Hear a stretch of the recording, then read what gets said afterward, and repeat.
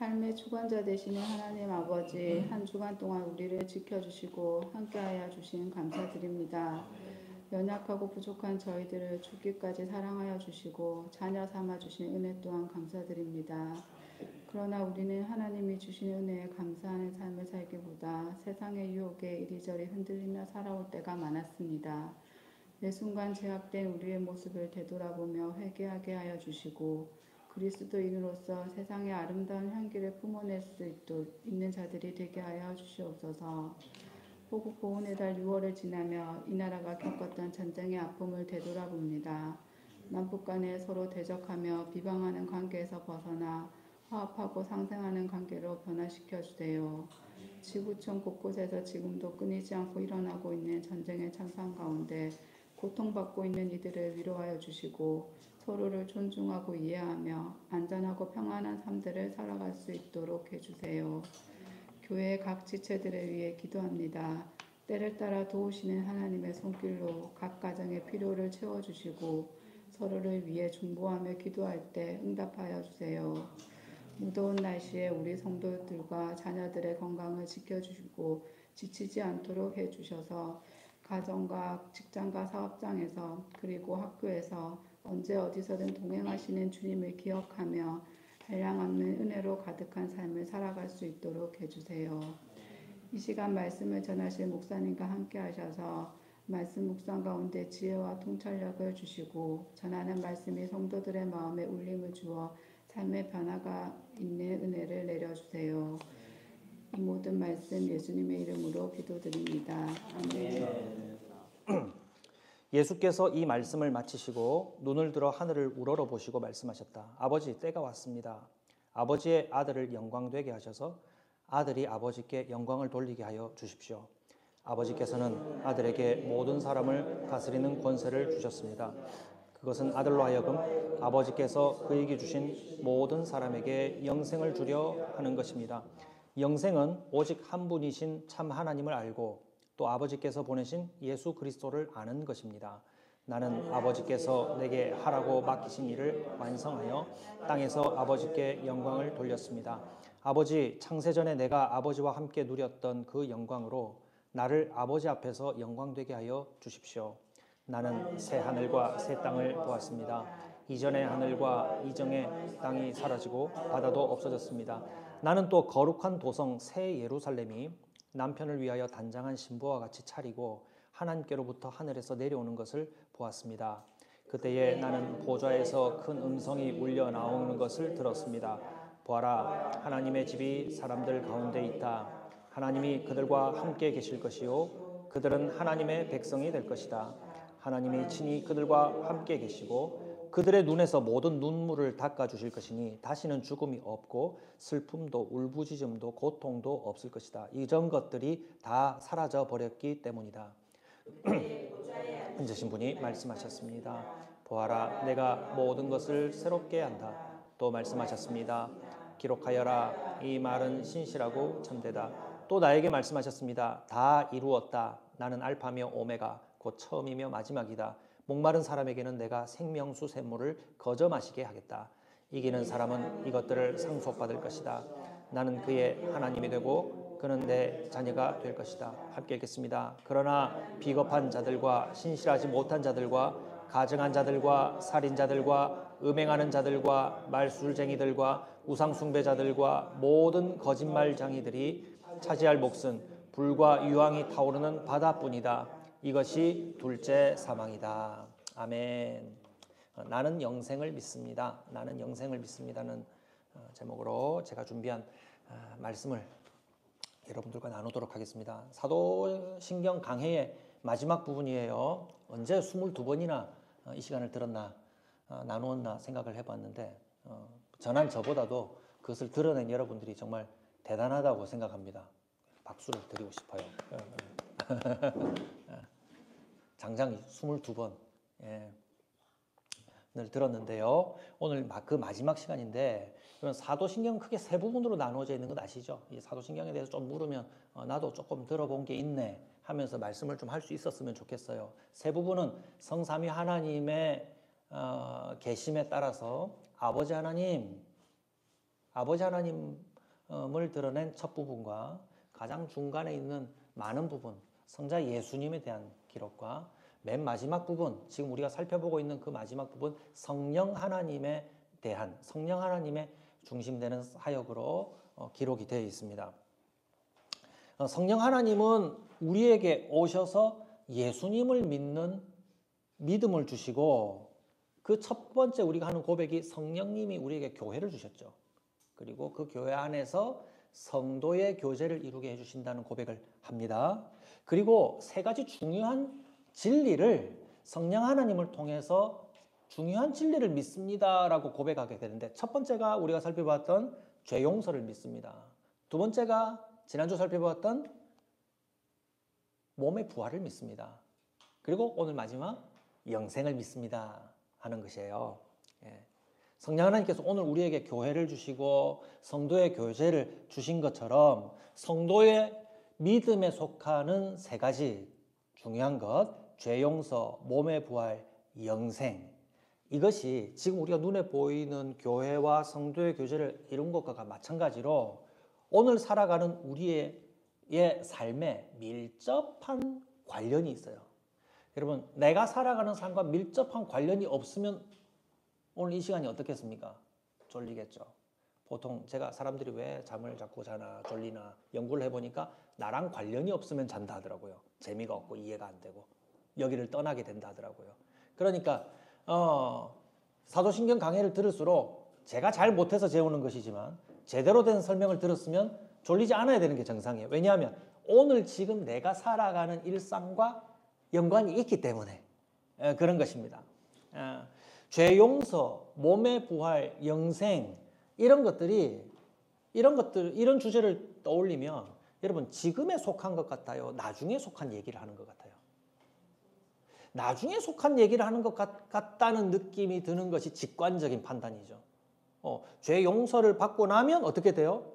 나중에 죄에 대한 심판을 안 받겠지? 나중에 심판 안 받겠지? 몸의 부활도 지금은 아니라 나중에 부활의 몸을 주시겠지? 영생도 마찬가지예요. 나중에 하나님이 영혼에 속한 생명을 주시겠지? 라고 그렇게 생각할 가능성이 있어요.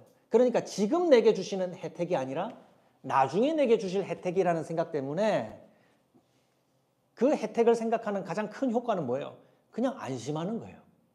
그래서 죄 용서받는데 가장 큰 효과가 뭐예요? 그럼 안심해도 되겠다. 나중에 몸에 부활하니까 죽어도 괜찮겠다. 안심할 수 있겠구나. 미래에 속한 것이라고 여기기 때문에 오늘 우리가 누리는 효과가 그냥 안심하는 정도에만 머무르는 경우가 많이 있죠. 그래서 지금 내가 여기서 살아가는 상관은 연관 없는 얘기라는 느낌을 받을 때가 많아요. 그러나 우리가 지난 시간과 지난 시간에 살펴본 것처럼 죄를 용서받는 것은 죄 받게 될 것이라고 안심하고 있는 정도가 아니라 이 사람은 어떤 사람이라 했어요? 죄의 문제를 알고 오늘 이 죄와 관련된 관련된 문제에 대해서 하나님과 사람들에게 용서를 구하고 사람들과 화목을 이루는 사람이라고 그랬죠. 그러니까 죄 용서를 믿는 사람들이라는 것은 사람의 오늘의 특징은 뭡니까? 사람들과 적을 안 지고 화목하고 지내는 사람들. 하나님 앞에 하나님과 화목하고 사람들과 화목하면서 지내는 사람의 특징으로 나타난다고 했죠. 몸의 부활을 믿는 것도 뭐예요? 나중에 몸의 부활을 할 거니까 안심하는 정도 수준이 아니라 하나님이 나중에 주시는 부활은 오늘의 모든 불의하고 속상하고 고통했던 일들을 다 역전시켜서 갚아주시는 부활을 이루어 주실 것이니까 나중에 몸의 부활, 그러한 부활을 믿는 사람은 오늘 어떤 삶을 삽니까? 불의한 것이 아니라 의로움을 추구하고 사람들의 억울함을 풀어주려고 하고 다투는 사람들 사이에 가서 다투지 말아라. 우리 하나님은 평화의 왕이시다. 하면서 평화를 이루는 일에 몰두하는 삶을 살아간다 이 말입니다. 그래서 몸의 부활을 믿습니다. 라는 하나님의 나중에 역전시켜 주시는 일들을 믿는 사람들은 오늘 이 세상에서 불의가 판을 치고 사람들을 억울하게 하는 일들이 판을 치고 사람들을 고통을 주는 수많은 일들이 있는 이 세상을 살아가면서 아니다. 하나님의 나라는 그런 게 아니야 하면서 의를 이루고 사람들을 돌봐주고 사랑을 베풀고 평화를 가져다 주고는 일에 집중하는 삶을 살더라는 거예요. 그래서 오늘 우리가 살펴보게 될 나는 영생을 믿습니다라고 하는 것도 역시 나중에 나에게 다가오게 될 미래, 나는 영원히 살게 될 거야 라는 그 자체에만 집중하고 있는 고백이 아니라는 거예요. 아니라는 거예요. 나중에 죽지 않고 영원히 살게 되니까 100세, 200세 장수 이 정도 수준이 아니라 영원히 사는 거니까 안심하고 한번 기대해봐 라고 얘기하는 게 아니라는 거예요. 부활은 죽었다가 다시 사는 수준이 아니라 방금 얘기했죠. 하나님이 모든 것을 갚아주시는 부활이라고 했죠. 그래서 하나님이 모든 것을 갚아주실 때 불의한 일에 억울하게 당했던 것, 슬퍼했던 것, 고통스러웠던 것을 다 갚아주는 승리를 맛보게 될 거예요. 자, 그런 부활을 하게 될 거예요. 여러분, 그러면 그 다음은 뭘까요?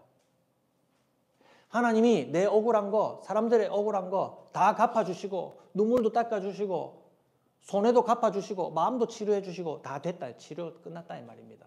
그러면 그 다음에 이어지는 그 모든 고통에 대한 문제가 해결되고 난 다음 그 다음 이어지는 삶은 어떤 삶을 기대할 수 있어요? 막연하지 않습니까? 뭐라고 했어요 방금? 좀 쉬고 싶다. 예, 그래 충분히 쉬어라. 많이 쉬어라. 지금 많이 못 쉬고 있는가 봐요. 많이 못 쉬고 있는 사람 지금 쉼이 절실하죠. 예, 많이 쉬어라. 그동안 수고 많이 했지. 위로해주고 많이 쉬어라. 계속 쉴까요?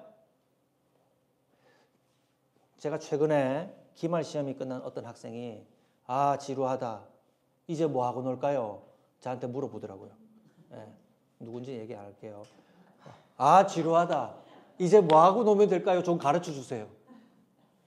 저는 속으로 우리 그의 어머니 되시는 분이 좀 쉬면 좋겠다 한 것처럼 저도 속으로 참 네가 부럽다. 그런 생각을 했는데요.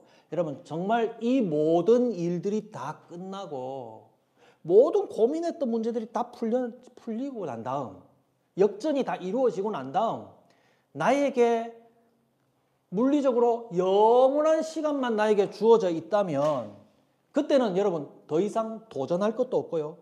더 이상 이겨내야 할 것도 없는 그런 영원한 시간이 주어지게 된다면 여러분 한번 상상을 해보세요. 정말 좋겠습니까? 도전할 게 없어. 더 나은 기술을 연마할 것도 없어요. 내가 도전해보고 싶은 어떤 아무런 경지가 남지 않는 영원한 시간이 주어진다면 여러분 정말 좋겠습니까? 당장 지금 통과할 시험을 앞두고 있는 사람, 할 일이 많은 사람들은요. 빨리 이게 지나갔으면 좋겠고 나도 좀 쉬었으면 좋겠다 하는 마음이 들겠죠. 그런데 한번 잘 생각해 보세요.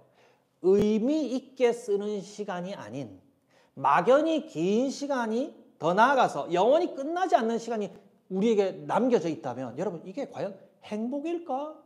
아니면 감옥일까? 한번 생각해 보세요. 저는 감옥에 가까운 것 같아요. 이런 얘기, 제가 얘기하는 스토리를 아는 사람들은 연식이 오래된 사람들이에요. 옛날에 슈퍼맨 1편인가 2편인가 모르겠는데 그 스토리는 다 모르겠고요. 악당 3명이 있어요. 악당 3명이 이제 재판을 받아가지고 감옥에 갇혔는데 그 감옥이 정말 저는 인상 깊어서 잊혀지지가 않아요. 어떤 감옥이냐면 3사람이 딱 들어갈 수 있는 큰 보홀인데 거기에 3사람이 갇혀가지고 우주 속에서 그냥 뺑글뺑글 그냥 돌고만 있는 거예요. 가만히 있는 거예요. 제가 제일 연식이 오래됐네요. 아무도 이해하는 사람이 없는 것 같은데. 그 안에서 아무것도 안 하고 영원한 시간을 보내고 있는 거예요. 그 슈퍼맨 종족은 늙지도 않고 그냥 영원히 사는 것 같더라고요. 예.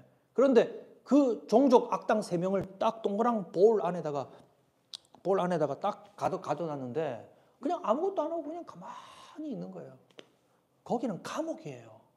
그냥 감옥이 아니라 영원한 시간이라는 조건이 주어져 있는 무서운 감옥이에요. 이런 건 영생 아니잖아요. 우리가 나는 영생을 믿습니다라고 할 때 이런 영생 믿는 거 아니잖아요. 요한계시록은 성경의 가장 마지막 책입니다. 그리고 함께 읽으셨던 21장과 22장에는 이 책의 가장 마지막 부분이에요. 바로 앞장에는요. 여러분 읽어보신 경험이 있겠지만 여러분 궁금하면 한번 나중에 읽어보세요.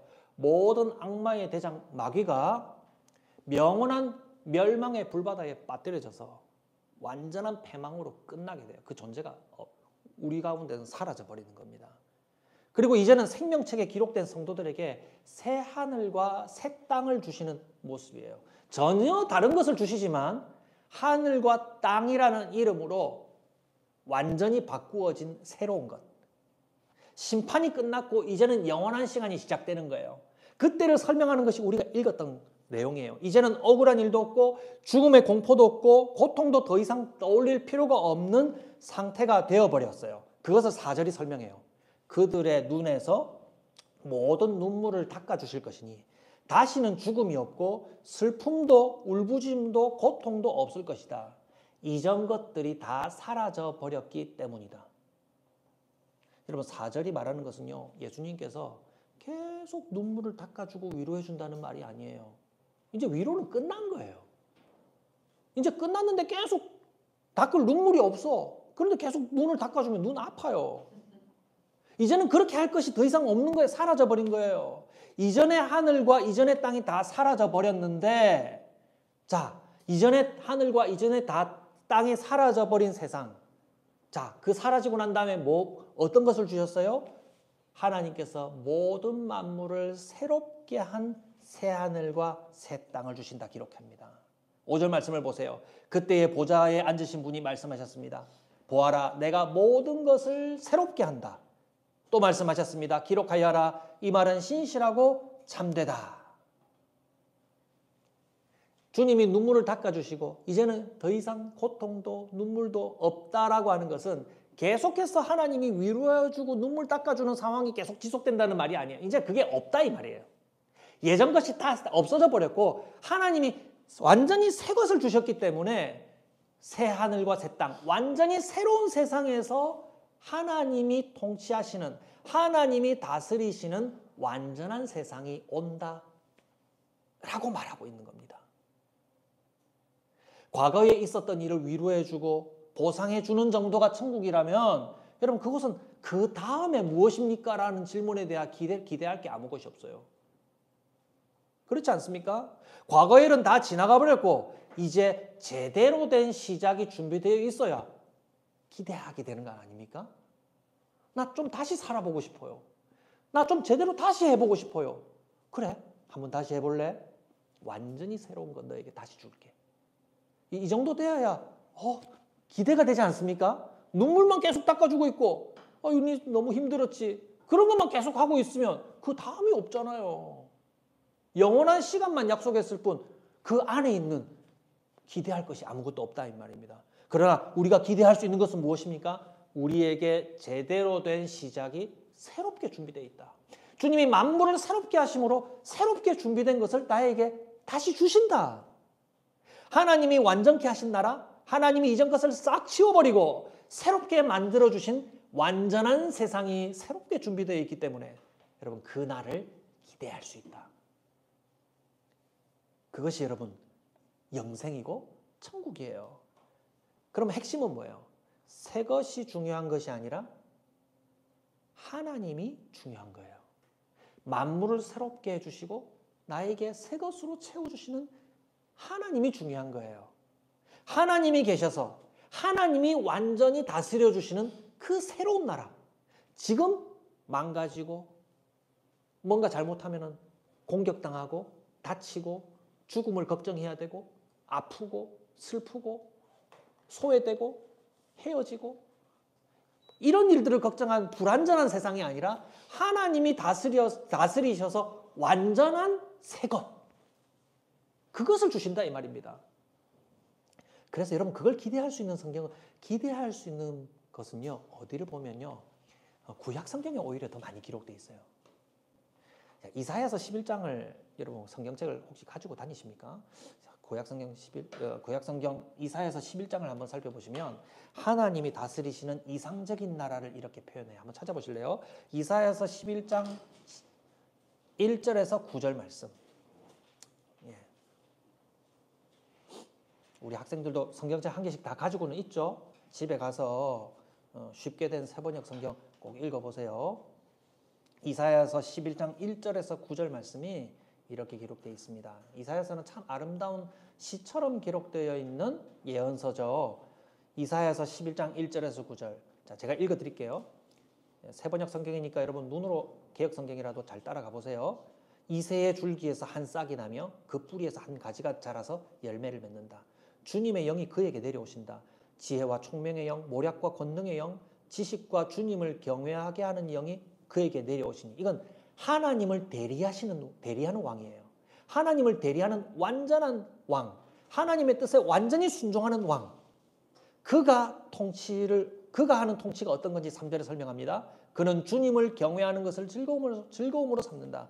그는 눈에 보이는 대로만 재판하지 않으며 귀에 들리는 대로만 재판하지 않는다. 판결하지 않는다. 4절, 가난한 사람을 공의로 재판하고 세상에서 억눌린 사람을 바르게 논죄한다. 그가 하는 말은 몽둥이가 되어 잔인한 자를 치고 그가 내리는 선고는 사악한 자를 사형에 처한다. 그는 정의로 허리를 동여매고 성실로 그의 몸에 띠를 삼는다. 이 어떤 통치예요? 어떤 다스림이에요? 공의로운 재판을 하는 왕이죠. 그래서 거기에서는 불의한 일이 나타날 수가 없어요. 억울한 일을 겪는 사람이 일어날 수가 없어요. 가난하다고 해서 손해보는 일이 없어요. 더 정확하게 말하면 하나님이 다스리는 나라에는 가난한 사람이 없어요. 그래서 구약성경을 쭉 읽어보면 하나님께서 다스리는 나라가 이루려고 하는 이스라엘은 어떤 이스라엘이냐면 가난한 사람이 없는 나라.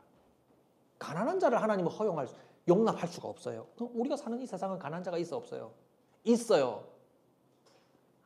세상 사람들이 지배하는 세상 속에서는 가난한 사람이 생겨나요. 하나님이 다스리는 나라는 가난한 자도 없고 억울한 자도 없는 완전한 나라를 하나님은 이루어 주신다 이 말입니다. 하나님의 완전한 정의가 이루어지는 나라. 거기에는 가난한 사람들을 공의로 재판하기 때문에 세상에서 억눌린 사람들이 힘들어하지 않는 나라예요. 오히려 불의한 일이 도무지 생겨날 수가 없는 거예요. 저 사람 거를 내가 불법으로 어떻게 뺏어 먹을까? 저 사람을 어떻게 괴롭게 해서 내가 한번 즐거움을 찾아볼까? 하는 사람들이 도무지 일어날 수 없는 곳이라 이 말입니다. 이거 잘 기억해 놓으십시오. 두 번째는 어떤 나라예요? 6절부터 나와요. 그때에는 이리와 어린 양이 함께 살며, 제가 오늘 예배 시작하면서 읽었어요. 표범이 새끼 염소와 함께 누우며 송아지와 새끼 사자와 살진 짐승이 함께 풀을 뜯고 어린 아이가 그것을 이끌고 다닌다. 아이들이 사자를 애완동물처럼 데리고 다니는 거예요. 우리 집사님이 예쁜 강아지 2마리 키우죠. 이렇게 끌고 다니듯이 큰 사자를 끌고 다니고요. 이리와 함께 작은 풀을 뜯는 짐승들이 함께 눕는 거예요. 이건 쉽니다. 8절 보세요. 젖먹는 아이가 독사의 구멍에 곁에서 장난하고 젖된 아이가 살무사의 굴에 손을 넣는다. 아기가 살무사의 굴에 손을 넣으면 여러분 우리가 아는 지식은 어떻게 돼요? 독사가 깨물죠. 그래서 아이가 목숨이 위태로운 상황에 처하게 되죠. 그런데 하나님의 다스리는 나라를 이렇게 시로서 표현했는데 어떤 나라예요? 어떤 폭력도 지배할 수 없는 나라예요. 우리가 살고 있는 나라는 폭력이 무서운 나라죠. 폭력이 지배하기 때문에 저 폭력을 당해서 내가 크게 다치면 어떻게 하지?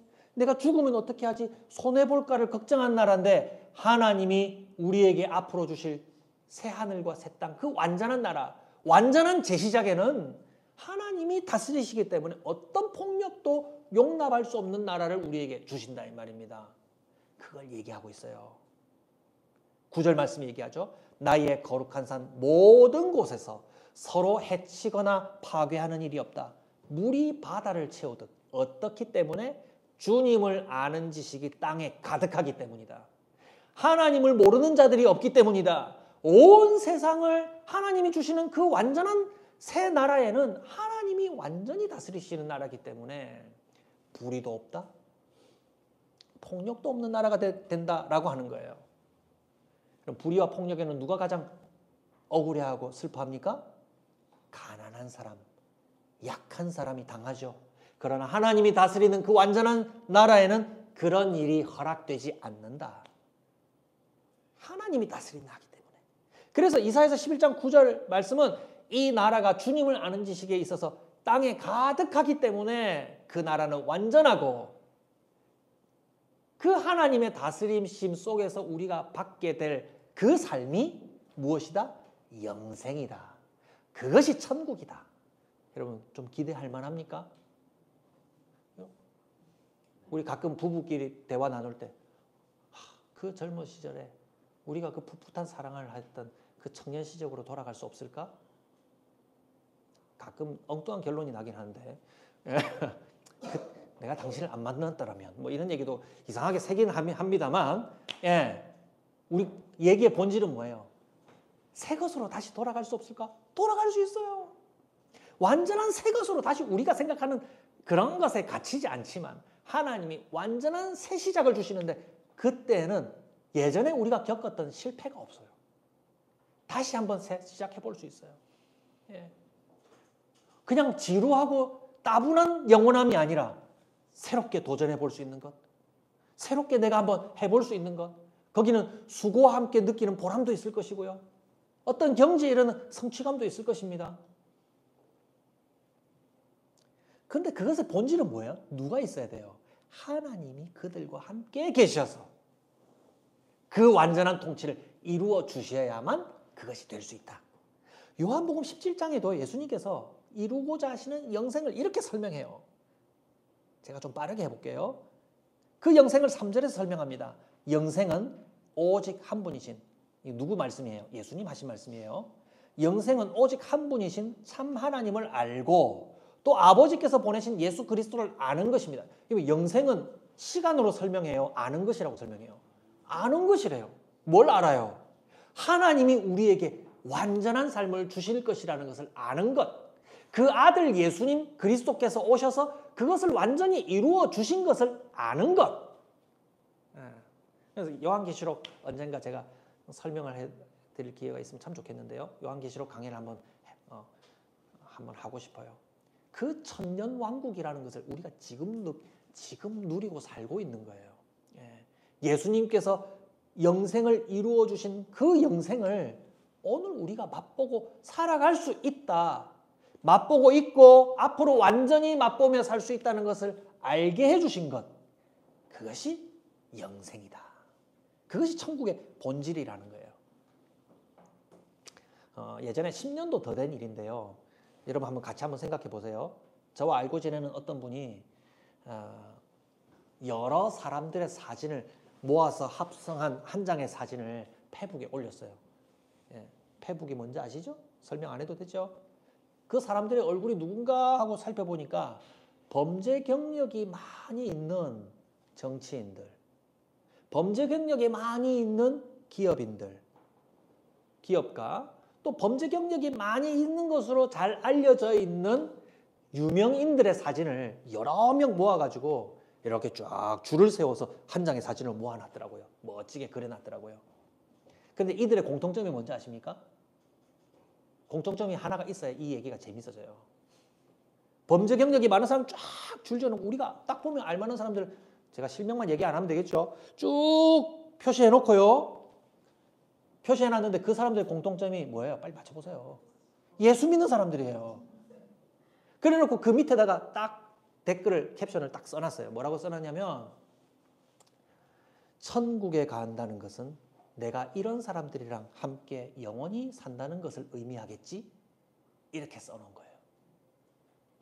여러분 어떻게 답을 하실래요? 여러분 아는 예수 믿는 사람 중에서 불법자들 많잖아요. 정말 같이 지내기 싫은 사람들 있잖아요. 왜냐하면 그 사람들은 꼼수를 부리고요. 뒤에 가서 남 험담하고요. 여러분 뒤에 가서 남 험담하는 거 옳아요? 나빠요? 나쁘잖아요. 뒤에가 대놓고 뭘 잘못하고 불편한 게 있으면 얘기하면 그랬습니까 하고 뭐 싸우든지 어떤 일이 있어서 정리를 할 거 아니에요. 뒤에 가서 사람들이 자꾸만 무슨 나쁜 모의를 해요. 그런 사실을 귀에 알려주면 저 사람 예수 믿는 거 아는데 정말 저 사람 가는 곳에는 내가 일단 안 가고 싶다. 천국에서도 저 사람 좀 피해 있고 싶다. 뭐 이상한 생각하지 않습니까? 뭐 그 얘기를 지금 하는 거예요. 그 사람들이랑 함께 지내는 곳이 천국이라는 것이 사실이라면 여러분 그 천국이 가고 싶어요? 그 천국이 천국이겠어요? 오늘 저의 설교를 들으면요. 이 나눔에 대해서 여러분 이 얘기에 대해서 답을 할 수 있어야 돼요. 천국에 가면 그 사람들이랑 함께 지냅니까? 지낸다고요? 안 지낸다? 지낸다? 여러분 나중에 한번 얘기 나눠보세요.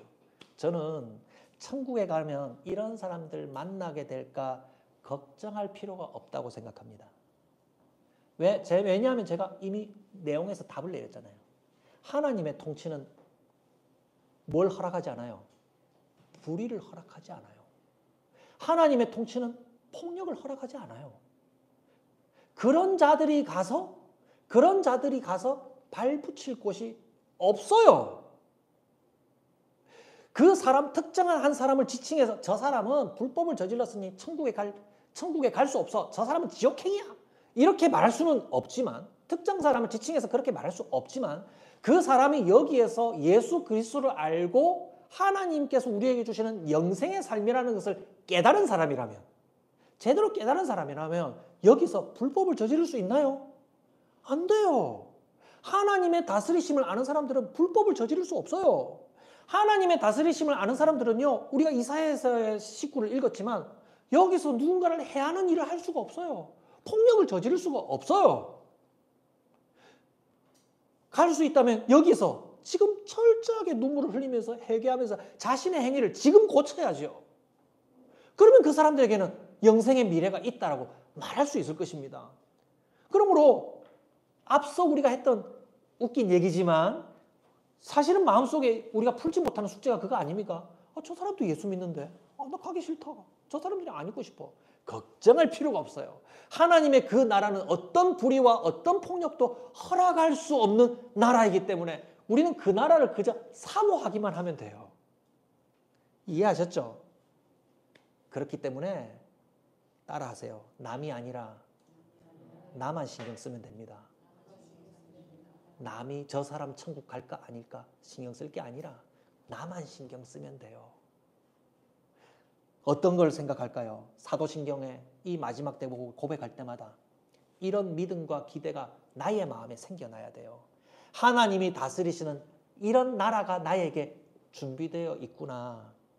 그럼 이런 기대가 있는 사람들은요, 여기서 불의한 일을 당하고 폭력을 당할 때 여기는 불완전한 세상의 나라, 사람들의 나라가 되어서 내가 이러한 일을 겪고 억울해하고 고통했구나. 그러나 하나님이 다스리시는 완전한 나라가 나에게 준비가 되어 있어. 완전히 새 것으로 다시 시작할 거야. 라는 소망을 가진 것과 함께 그러한 기대를 가지고 어떠한 삶을 살아갈까요? 요한계시록 21장 2절 말씀을 보면 거룩한 성 새 예루살렘. 여러분 새 예루살렘이 여러분 성경에다가 동그라미 딱 쳐가지고요. 거기다 교회라고 써놓으세요. 거룩한 성 새 예루살렘은요. 하나님이 오늘부터 우리에게 주신 교회예요. 예수님이 오셔서 우리에게 딱 주고 가신 교회예요. 그 교회가 남편을 위하여 단장한 신부와 같이 차리고 하나님께로부터 하늘에서부터 내려오는 것을 보았습니다. 교회가 이미 있는데 하늘에서부터 내려온다고? 여러분 제가 이미 설교로 나눔을 하였지만 여러분 우리는 땅에 살고 있지만 어디에 앉아 있는 사람들이라고 했습니까? 하늘나라에 이미 앉아 있는 사람들이라고 했잖아요. 완전히 이루어진 미래는요, 과거형으로 표현해요. 바로 오늘 이루어져 있는 거예요. 그래서 하나님이 다스리시는 그 완전한 나라가 새 예루살렘이라고 하는 교회의 이름으로 오늘 우리에게 주어져 있어요. 하나님이 다스리시는 나라 속에서 지금 우리가 살고 있습니다. 하나님이 나중 주실 것인데 잘 단장되고 준비되어 있다는 것은 미래의 일이에요? 오늘의 일이에요? 오늘부터 시작된 나중에 미래에 주실 일입니다. 그러므로 영생을 믿는 사람들은 하나님이 나중에 주실 새하늘과 새 땅에 있을 하나님의 도시 새 예루살렘이 지금부터 단장되고 준비되고 있다는 것을 알고 살아가는 사람들이에요. 어떻게 준비하고 잘 단장할까요? 잘 사는 거예요. 좀 여러분 허무할지 모르겠지만 잘 사는 거예요. 우리가 소홀히 했던 삶을 잘 사는 거예요. 이걸 엉뚱하게 적용하면 여러분 교회 출석 100%를 이루십시오. 교회 잘 출석해야 됩니다. 교리 강해 한 과정도 빠짐없이 출석 이루어져야 됩니다. 이런 식으로 표현하는 소위 말하는 예수 잘 믿는 것으로 이루어지는 표현되는 종교 행위만 잘했다고 잘 사는 게 아니죠. 아까 얘기했잖아요. 불법을 저지르면서 저 사람의 종교 정체성은 기독교인 사람들, 잘 사는 사람들이에요? 잘 못 사는 사람들이에요. 우리 교회가 하나님의 다스리심을 받고 다스림을 받고 나중에 주실 잘 준비된 교회가 되려면 오늘부터 우리가 잘 단장된 교회, 잘 준비된 오늘의 삶을 어떻게 해야 된다? 잘 사는 사람이 돼야 돼요. 아까 말씀드린 이사야서 11장을 떠올리면서 하나님이 우리에게 주시는 완전한 의가 이루어지는 나라, 하나님의 돌보심 아래서 어떤 폭력도 용납하지 않는 그러한 사랑을 이루는 사람들, 그들을 돌보고 살피는 사람들의 삶을 오늘부터 살아가야 하는 겁니다. 여러분, 율법의 핵심이 무엇입니까? 예수님이 요약하신 율법의 핵심은 하나님을 사랑하고 이웃을 자신과 같이 사랑하는 것이 율법의 핵심이죠. 좀 더 넓게 보면 십계명이에요. 십계명에 표현되어 있는 우리에게 주신 하나님 나라의 백성으로서의 합당한 삶을 잘 사는 것으로 하나님이 오늘 우리에게 주신 영생의 삶을 살아가게 될 것입니다. 영생을 믿는 사람들은 오늘 하나님의 의롭고 평화를 이루시는 다스리심을 소홀히 여기지 않습니다. 사람들을 사랑하고 잘 살아가는 삶을 소홀히 여기지 않고 살아가는 사람이 됩니다. 자, 말씀을 정리하겠습니다. 하나님이 우리에게 주신 영생은 내가 잘 모르는 것이 아니에요. 잘 알 수 없는 것이 아니라 오늘 우리에게 주신 삶 속에서 예상할 수 있는 것을 완전히 새롭게 하심으로 내게 주실 것이라는 기대를 하게 합니다. 우리 주 예수님께서 다시 오실 때에 이전 것은 모두 새롭게 고쳐주시고 새 하늘과 새 땅, 새로운 세상을 우리에게 주실 것입니다. 그 세상이 완전함은 어디에 있습니까? 하나님이 의로움과 평화로 다스리시는 나라이기 때문에, 불의와 폭력이 없는 행복한 세상이기 때문에 우리가 그 영생을 기대할 수 있다라고 말씀드렸습니다. 그리고 그 하나님의 나라는 미래에 준비되어 있기 때문에 그저 기대하고만 가만히 있는 나라가 아니라 지금부터 성도들이 준비하고 잘 단장해 갈 수 있는 나라, 오늘 우리에게 임하여서 우리가 준비하고 이루어갈 수 있는 나라가 하나님의 나라라고 말씀드렸습니다. 우리가 있는 이 모든 삶을 하나님의 뜻대로, 제가 쉽게 말씀드렸죠? 잘 사는 것을 의미합니다. 잘 사는 것. 모든 일에 하나님을 사랑하고 이웃을 사랑하는 삶을 잘 사십시오. 잘 단장된 신부처럼 우리의 삶을 하나님 보시기에 아름답게 준비하며 영생을 누리시는 저와 여러분들이 되시기를 주님의 이름으로 축복합니다.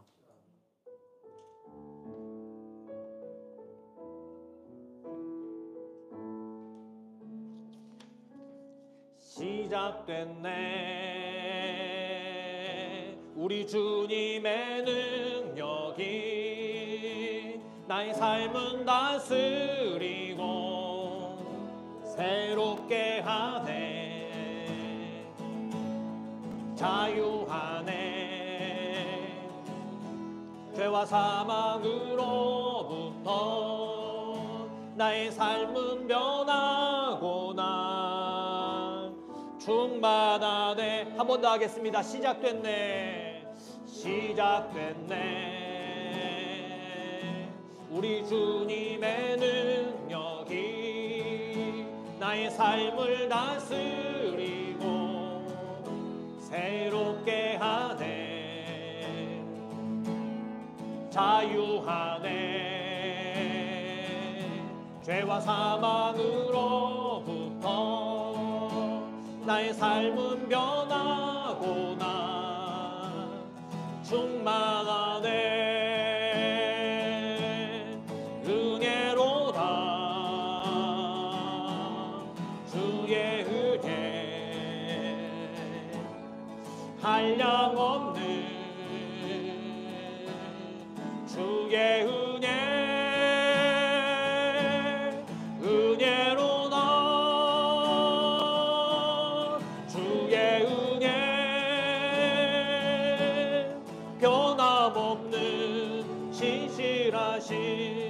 주의 은혜 은혜로다 주의 은혜 은혜로다 주의 은혜 한량없는 주의 은혜 은혜로다 주의 은혜 변함없는 신실하신 주의 은혜 변함없는 신실하신 변함없는 신실하신 주의 은혜 변함없는 신실하신 변함없는 신실하신 주의 은혜